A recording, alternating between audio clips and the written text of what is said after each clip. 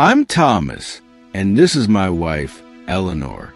We've been married for just over 60 years now, and before you scroll past or think, this doesn't apply to me, let me say this plainly. What we're about to share is what nearly cost us everything. We didn't figure marriage out early. We didn't get it right in our 30s, our 40s, or even our 50s. And some of the mistakes we made, we can't get those years back. We can't get back the distance, the silence, the nights we went to bed angry and pretended it didn't matter. But if you're married, thinking about getting married, or even trying to hold a relationship together right now, you need to hear this. These are the 5 mistakes we made in our 60 years together. And we're starting with the one that caused more damage than we ever realized at the time. Mistake 1. Keeping score of who does more. For the first part of our marriage, I kept score. I didn't write it down, but it lived in my head. I worked long hours. I paid the bills. I fixed the car, mowed the lawn, handled repairs around the house.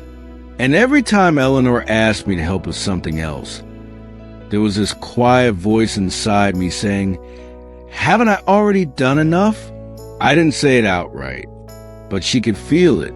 Resentment has a way of leaking out, even when you think you're hiding it. And the truth is, I wasn't the only one keeping SEO. I had my own list too. I raised our children while he was at work. I cooked nearly every meal.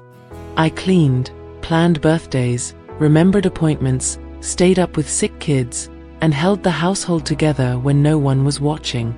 And when Thomas came home tired and frustrated, sometimes I wanted to scream, "So am I."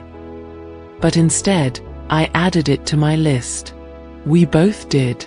That's the problem with scorekeeping. You think it protects you. You think it makes things fair. But really, it just builds a wall between 2 people who are supposed to be standing on the same side.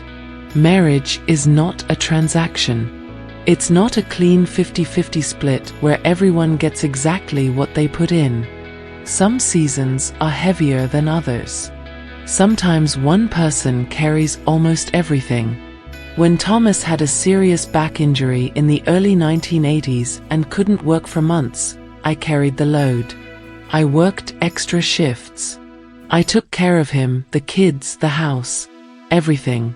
There was no room for scorekeeping then. And years later, when I went through my own health struggles, he carried me. But we wasted far too many years before we understood that. Years measuring, comparing, quietly resenting each other instead of appreciating what we were both giving. The moment that finally shook me came from our daughter. She was grown, married herself, and going through a hard time. One day she looked at me and said, "Mom, do you and Dad even like each other?" That question hit me harder than any argument ever had. We loved each other. I know we did. But somewhere along the way, we had become accountants instead of partners. That's when I stopped keeping score. Not instantly, not perfectly, but intentionally. And Thomas did too. Mistake 2, believing you can change each other. I am a planner. I always have been. I like lists, schedules, knowing what's happening next week, next month, next year if possible. Thomas is the opposite. He's always been more spontaneous, more relaxed. He believes things will work out, and most of the time they do. For years, this difference drove us crazy. I thought if I just explained myself clearly enough, he would change. If I got upset enough, he'd finally understand why planning mattered. And I thought if she could just loosen up, stop worrying so much, life would be easier. I couldn't understand why everything had to be so structured. So we argued over and over about trips, about money, about timing, about everything. What we didn't realize was that we weren't fighting about logistics. We were fighting about identity. We were trying to turn each other into different people. And that never works. All it does is make both people feel wrong, inadequate, misunderstood. What finally changed was acceptance. I realized Eleanor's planning wasn't control. It was security. It's how she feels safe in the world. And she realized my spontaneity wasn't irresponsibility. It was how I experienced joy. Once we stopped trying to fix each other, something softened. Now she plans our finances, our trips, our calendar, and I bring the surprises, the small unplanned moments, the unexpected coffee stops, the walks that weren't scheduled. We stopped competing and started complimenting. Mistake 3. Staying silent until you explode. This one is mine. I avoided difficult conversations for years. If something bothered me, I told myself it wasn't worth bringing up. I didn't want to start a fight. I didn't want tension. So I stayed quiet. But silence doesn't make problems disappear. It just buries them. And buried feelings don't die, they wait. I remember one argument clearly. It must have been sometime in the early 2000s. I forgot to pick up milk. Just milk. And Eleanor completely lost it. She was yelling about how I never listen, how I forget things, how she couldn't rely on me. And I remember thinking, this is not about milk. And it wasn't. It was about months, maybe years, of small hurts that were never spoken. The milk was just the final spark. If I had said earlier, calmly, when this happens, it makes me feel unimportant, we could have talked. Instead, it came out as an explosion. We had to learn something very uncomfortable. Hard conversations don't have to be fights. They can be quiet, awkward, honest. Saying, "This hurt me," early is far kinder than staying silent and exploding later. If you've stayed with us this far, thank you. That tells us something about you. It tells us you care, not just about marriage, but about doing it better than we did in some of our hardest years. Now let's talk about the mistakes that almost quietly ended us, without shouting, without drama, just slow distance. Mistake 4. Treating your marriage like it can run on autopilot. After about 25 years together, something changed. Not all at once, not dramatically, just slowly. We knew each other so well. We had raised children, paid bills, survived arguments, sickness, stress.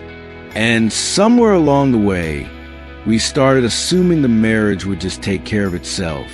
We stopped dating each other. We still lived in the same house, slept in the same bed, ate the same meals. But most of our conversations were about logistics. Did you pay the water bill? Who's picking up groceries? What time is the appointment tomorrow? We became efficient, organized, responsible, and disconnected. The scariest part is that we didn't notice it happening. There was no moment where we said, let's stop trying. It just faded quietly. Romance faded. Curiosity faded. Even laughter became less frequent. We were partners in life, but not companions anymore. What woke us up wasn't an argument. It was watching friends fall apart. A couple we had known for decades announced they were getting divorced after nearly 40 years of marriage. Everyone was shocked. They seemed fine. Later, she told me something I'll never forget. She said, "We weren't unhappy. We were just existing." And one day I realized I didn't want to exist for the rest of my life. That sentence terrified me, because I saw us in it. So we made changes. Small ones at first. We started eating dinner at the table again, not in front of the television. We started asking real questions, not how was your day, but what's been on your mind lately? We began taking short walks together in the evenings. Nothing special. 20 minutes. No phones. Just us. And we brought back date nights. Not expensive. Not fancy. Sometimes it was ice cream in the car. Sometimes it was cards at the kitchen table. Sometimes it was just sitting together, talking like we used to.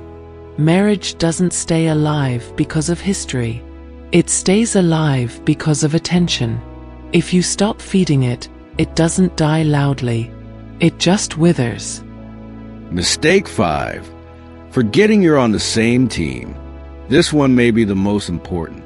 For years, when we argued, it felt like a competition. I wanted to win. I wanted to be right. I wanted my point to land harder than hers. And she did the same. Every disagreement turned into a battle. And in battles, someone always loses. But here's the truth we learned too late. If one person wins in a marriage, the marriage loses. The turning point came during one of the hardest seasons of our lives. Our middle son was struggling badly. He lost his job. His marriage was falling apart. And eventually, he moved back in with us for a while. He was 40 years old and completely broken. Eleanor and I had very different ideas about how to help him. Normally, that would have turned into another argument.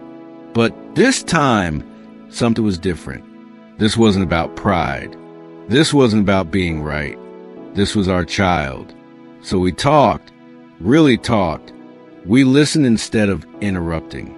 We compromised instead of insisting. We made decisions together.